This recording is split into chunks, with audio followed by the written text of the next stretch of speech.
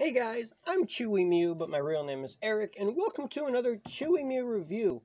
But even more specifically, welcome to the worst Chewy Mew review I'm ever going to do on this channel. And don't get me wrong, it's not a bad figure, it's just not the one I ordered. So to give you some backstory, about a week ago maybe, I ordered a figure from eBay. I ordered a figure from this one guy. He sells a bunch of figures, and he has a good reputation. And this figure is crazy, incredibly, super crazy rare.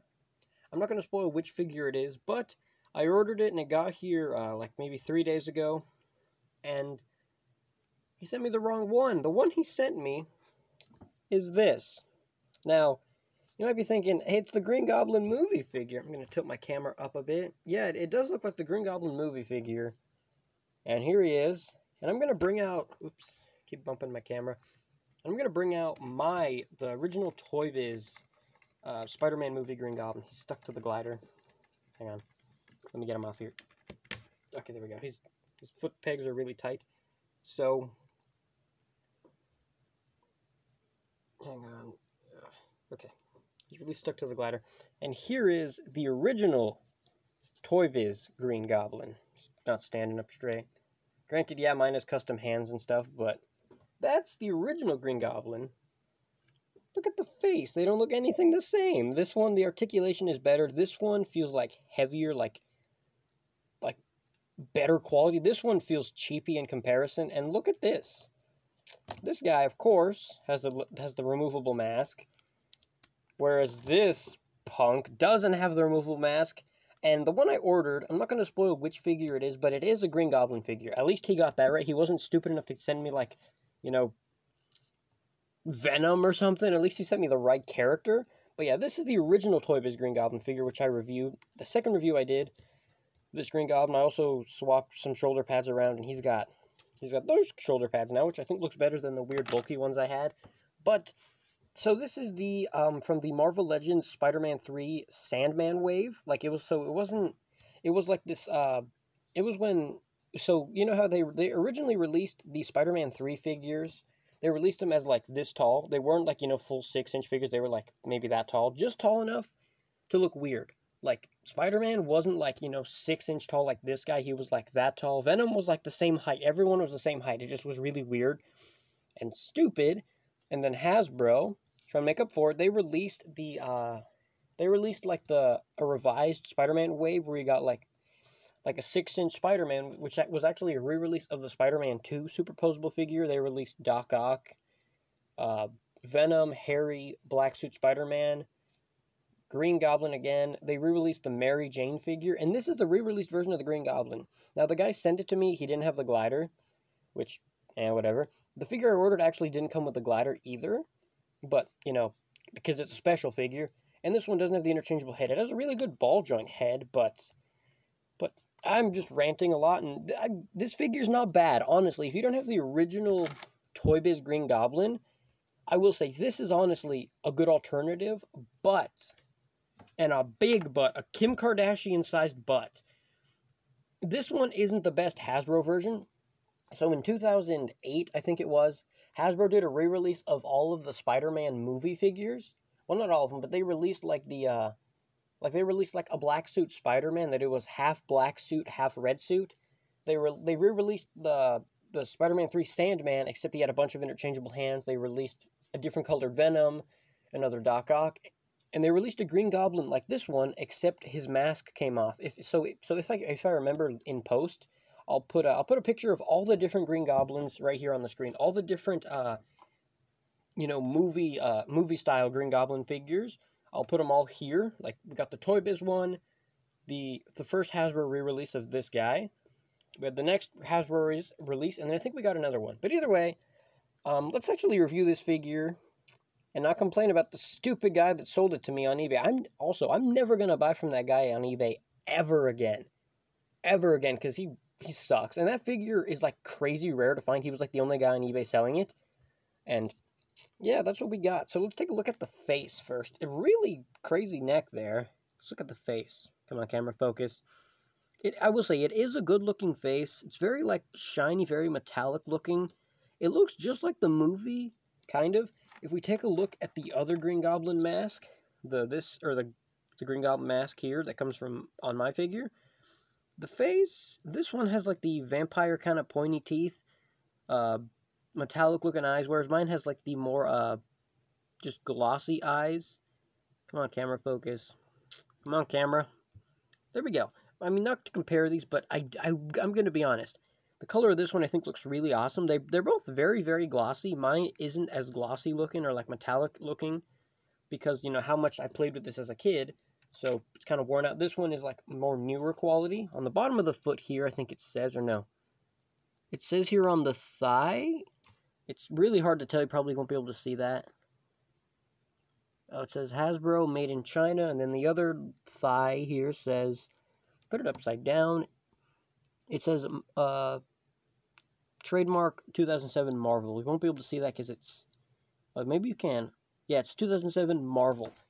It's not a bad figure. I will be honest. It is kind of loose here, which also, when I took it right out of the box, I made a video of that. I'm not going to show you guys. I made a video of that, and it as proof. So if I ship it back and he says, "Oh, you made the torso all loose," I have a video of it. When I took it out of packaging, it was already loose. So if he tries, like, you know, getting me with that, I'll have that for me.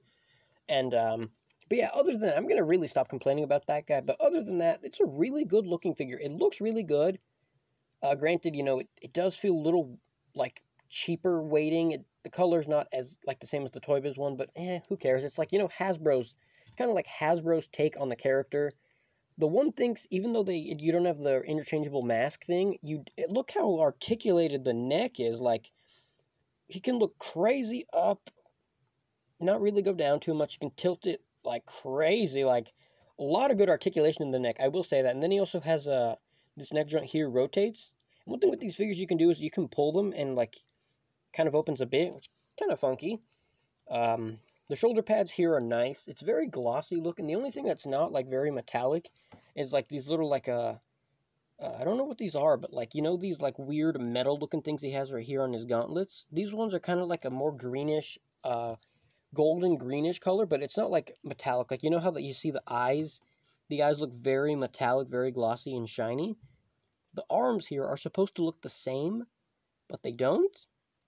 But either way, I feel like I'm hating on this figure, but honestly, this isn't a bad figure. This is honestly good. If you're not able to get the original Green Goblin from Toy Biz, or even like the second released Hasbro version, this obviously is your only other choice. Oh, there also is the Spider-Man Origins Battle Pack where you get like a Spider-Man, not very poseable, and then you get a Green Goblin, which with mine, I customized that to be like my Spider-Man 4 Hobgoblin figure. But this one, very good looking figure, very nice looking. Of course, because Hasbro used a Toy Biz mold, so, you know, of course it's going to be good. But overall, yeah, it's got some good detail here. The six-pack is really detailed. The neck has details, like all these little lines and stuff. I also noticed, which all of them have, but like the pectorals here, they kind of curve on the sides there. Come on, camera, focus. Yeah, like you see right there, the pectorals kind of carve. I like that they make it look like it is a mix between like armor and like the muscles. Like it looks like the spots where the veins would be popping out if it was like crazy ripped. Like, you know how you see crazy huge bodybuilders?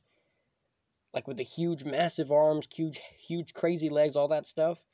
I feel like that's kind of what this goblin suit is meant to look like, except like more human looking, you know? Like if you were to see like a human body without like the skin and stuff, you were to just see like the muscles and stuff. I feel like that's kind of what they were looking for, like very pronounced six-pack, very pronounced pectorals. On the back, not really much. The one thing is, looking at it like this, it's hard to tell on the camera, but in real life, the arms, the legs, and the head are different colors than the torso here. It's really hard to tell, but, you know, in the camera, you can't tell at all, really, but in real life, you can kind of tell. This is like slightly, the torso here is slightly, like a little bit lighter green, whereas it looks like a little bit lighter, like there's a little more yellow in the torso, whereas the rest of the arms, leg, and body are kind of more like a darker green, less yellow, you know, like more like a pure green rather than the torso that has like a little bit yellowiness to it. And let's go over his articulation now. So he's got a nice ball joint head, a lot of articulation in the ball joint head. Like you can have him look all the way back, which is pretty nice. Rotation here in the torso. It's actually, I think it's better than the Toy Biz one. The Toy Biz one doesn't really offer too much movement there. You have a waist swivel. The arms go all the way around. Let's go all the way around. They would go all the way up, but the shoulder pads block it, which, not a big deal. The arms rotate here, double bend in the elbow, rotation here before the wrist starts, kind of like where the glove would start. Hinge in the wrist, and the fingers bend out. Like, only the four fingers move, the thumb doesn't move, and neither does each finger individually. The legs kick out. He can do the splits, because, you know, pretty much all the Toy Biz molds could do the splits. His rotation here in, like, the upper thigh. Double bend in the knee. Rotation here in the boot. I think he kind of does have an ankle pivot, or it's just loose, but the leg kicks up and it goes back pretty good, and he has a bend in the toe that bends up. It doesn't bend down though. You'll probably end up breaking the toe. But yeah, but either way, overall, even though I had a bad experience with that seller by him sending me the wrong damn figure, this is still, it's not a bad figure. Honestly, it's a good looking figure, just sadly not the one I ordered. But I will always just prefer this Green Goblin. My Green Goblin, with how much I played with it, the joints are crooked here and stuff. Like that, the leg joint is kind of crooked there. But that's just from how much I played with it and stuff. But you know, either way, this one, his feet aren't level either, it looks like. But either way, this one will always be, in my opinion, the better looking one. It's always going to be, just always be better. Even with the custom hands and stuff, I repainted some spots because paint was coming off and stuff. But either way, so there's these two. And yeah, so I will see you guys in the next review. Let me know what you think about this figure. And this guy's awesome. I know everyone loves this guy, so let's put that awesome guy aside.